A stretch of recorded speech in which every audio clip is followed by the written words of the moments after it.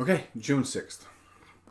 In 1833, President Andrew Jackson is getting ready to take a pleasure trip to Baltimore from Washington, D.C., and boards the Iron Horse, which at the time that's what they called trains.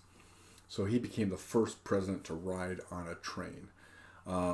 Trains had been invented earlier in the 19th century in England, and the Baltimore and Ohio began operations in 1828 with a horse-drawn train.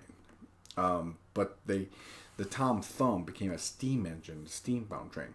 And in 1828, almost beat a horse. All right, so it's not exactly fast, but the innovation was there. And so years later, or as time moved on, they added more steams and they added coal trains, and then obviously things became faster and faster. So by 1831, the Baltimore and Ohio had completed a rail from Baltimore to Frederick, Maryland, and that's the one that Andrew Jackson climbed onto, becoming the first president to travel by train.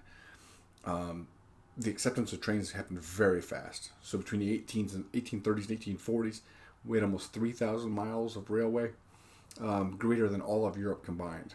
Europe had 1,800 miles, and so we had already surpassed them.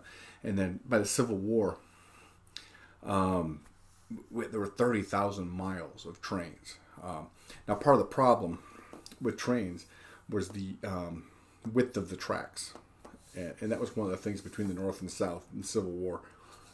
Was the width of the tracks weren't always consistent.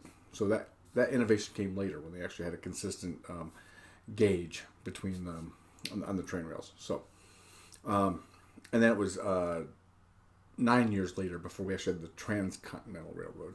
And this revolutionized a lot of things because now all of a sudden you could travel, people and goods could travel from the West Coast to the East Coast and back and forth.